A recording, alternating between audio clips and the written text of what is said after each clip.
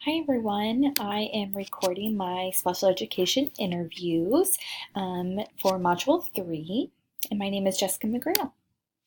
So the first question was the child find procedures, and I interviewed my special education administrator and a special education teacher and a paraprofessional for all of these that I work with during the school year and that I will be working with this summer at extended school year. So the first thing the administrator said about child find procedures that we have in the districts are in early childhood, which I work in. We have early childhood screenings once a month. And this is where anyone within our boundaries of district can come in and have their child screened for early childhood for any disabilities. They'll have an evaluation. We also have for all of our grades is the SIT process or MTSS, whatever, RTI, whatever your district decides to call it. My special education to do child find procedures, a lot of the times if she's invited to PLCs, professional learning community is where they can find some of the students. She also has monthly special education meetings with her school psychologist, and that is where they can talk about some of the kids that they are seeing and sit that may be one that is going to need an evaluation. And as paraprofessionals, she wasn't really sure what this was, but once I explained it to her, she said that she only sees this really apply to her if she's working within a general education classroom and she sees another student that continually struggles, she will make sure that the teacher or her special education teacher is aware. Most challenging part of the role, I found this one really fascinating. As the administrator, I was actually kind of surprised about this. She said that it was all the paperwork and not being around students. I forget how once you become an administrator that you spend less and less time out of the classroom and more time on the computer and doing paperwork and all of that.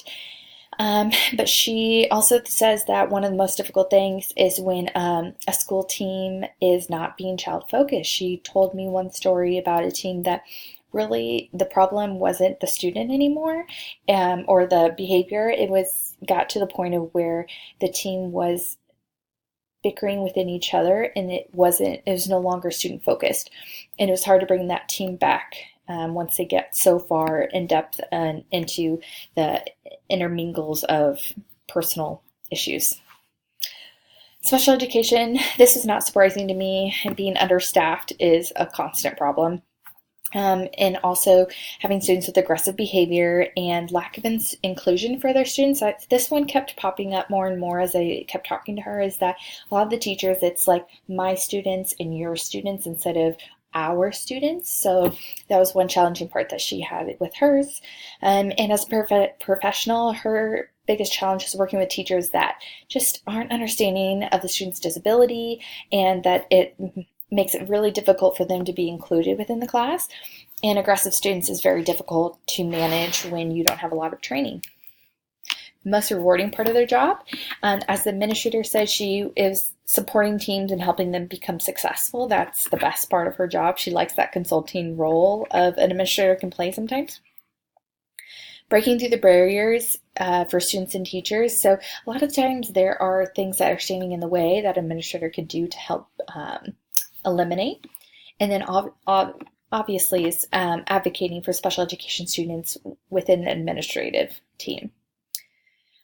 For special education is making progress towards goals for students is the most rewarding to see that you had a huge role in making sure that they were making and having success, and building relationships with students and parents is the most rewarding part.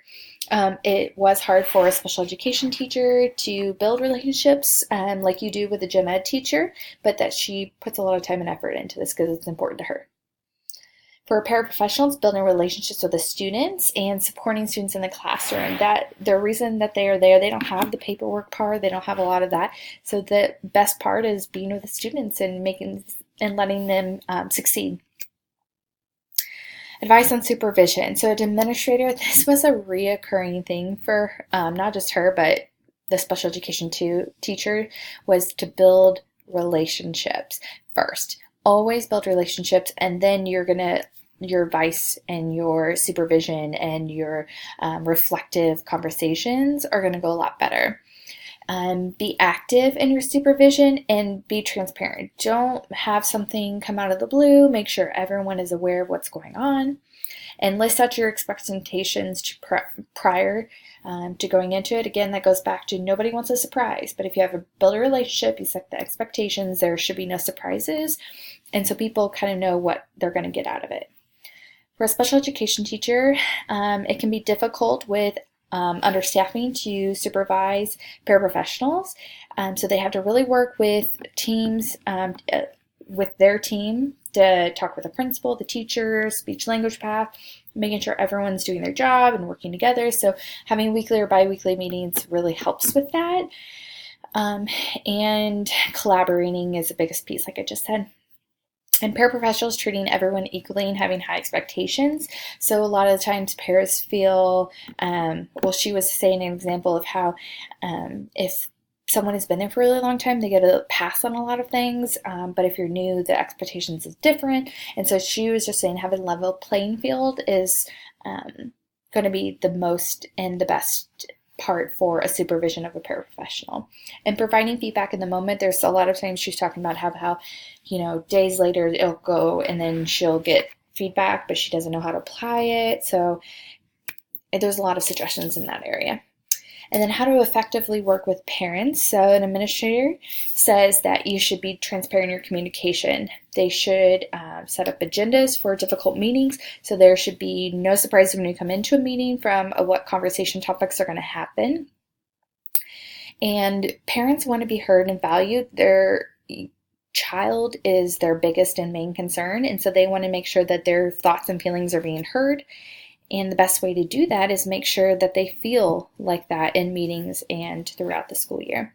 Again, build a relationship. She kept reiterating it's so important. Maintain a student-focused approach. And again, she was saying the most difficult part is when you move away from that. When you start talking about other things that are not student-centered, that's when you start to lose sight of what's best and most important.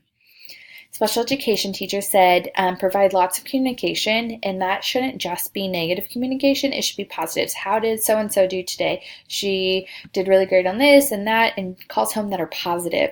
A lot of parents, they are worried when they hear from the school it's either their child's sick or they're in trouble.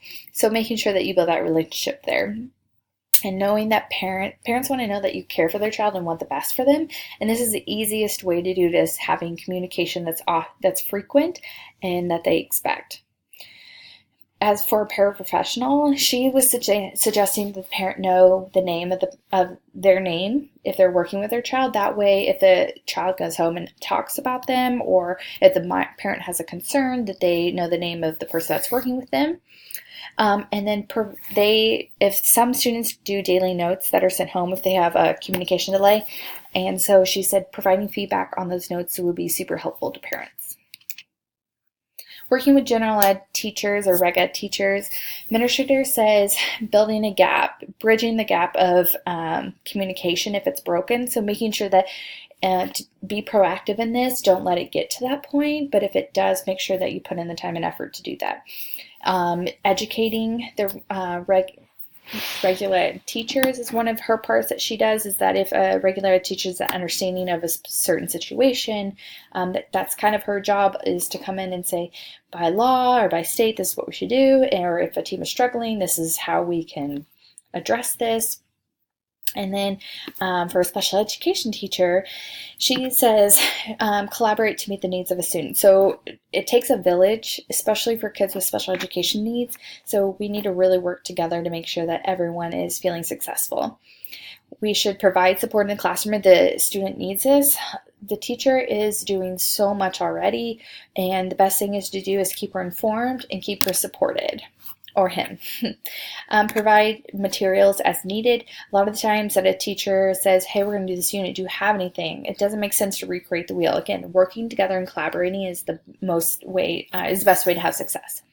As a paraprofessional is support students in the general ed education classroom, so that means that they need to communicate back and forth about what the expectation is for a certain time. So she was telling me a story about how one teacher really liked her to support the student when they're at the table doing table work, really staying close with them, but then when they go to the carpet for a morning circle time, that it's okay if you step back and kind of work with other kids or stuff like that, because he's very successful. So using that communication to work together.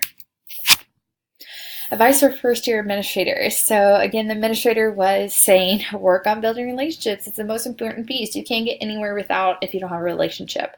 And one thing that she was saying is don't be on a power trip. She has seen so many people that move up and it gets all in their head and they forget and they lose sight of why they're here and why they got this job in the first place. And that means staying student focused. Special education, they want to be heard and listened to. I had so many examples of how she would go to a principal and they would say, and then that would be it. They thought she felt like she wasn't being heard or valued. So make sure that you were listening to them and making a plan, a proactive approach so that they know that you value them as a staff member. And be an active participant in meetings. So a lot of times she was saying that principals would come in and they would just sit down and type on their computer. Be an active participant, get to know your students, get to know your staff members, build relationships. For paraprofessionals, she was really saying, get to know the students. It's really important there. It's a reason why we're here, and that kids really thrive off of it. And support classified staff. She was telling me some stories about how, because they're classified, they don't have the same amount of support as a teacher. So administrator describing the roles. So SPED is to provide instruction support for disabilities within the least restrictive environment. Principals is to advocate and support staff members in increasing student success. For special education their job is to provide instruction, collaborate, work together. For the principal, that's the leader and the decision maker of their building. For a paraprofessional, it's to manage a caseload, and the principal is the leader manager of the school. Pretty straightforward. Characteristics they seek is administrators dedicated to student success, flexible, willing to learn, change, and adapt, remains calm. That was the biggest one. Have clear and consistent communication. Special education teachers, they want to make decisions that are based on the best interests for students, not just staff and what's easiest. Be a listener, have clear expectations, and no favoritism. For paraprofessionals, they're looking for support to classified staff and advocate for them and have consistent expectations. So my reflection of the interviews is that I wasn't really surprised at all the information that came from them, but I was surprised at kind of the lack of understanding from the paraprofessional about how a school runs and what the ins and outs of everything is. My evaluation of how the answers from the participants compared and contrasted. So again, that's kind of like, I felt the administrator had the global sense of how the school works, but then the special education is right in the trenches of it. So she really needs a lot of support and she doesn't always feel valued or listened to. But the paraprofessional was someone that was just almost had like the best job. You just get to work with kids, but still at times didn't feel supported. But a lot of them had really different aspects depending on their job position. So about my future goals, my future role as administrator and my responsibilities regarding special education. So it is so important as an administrator that you support special education because those are students need everyone in a village to support them.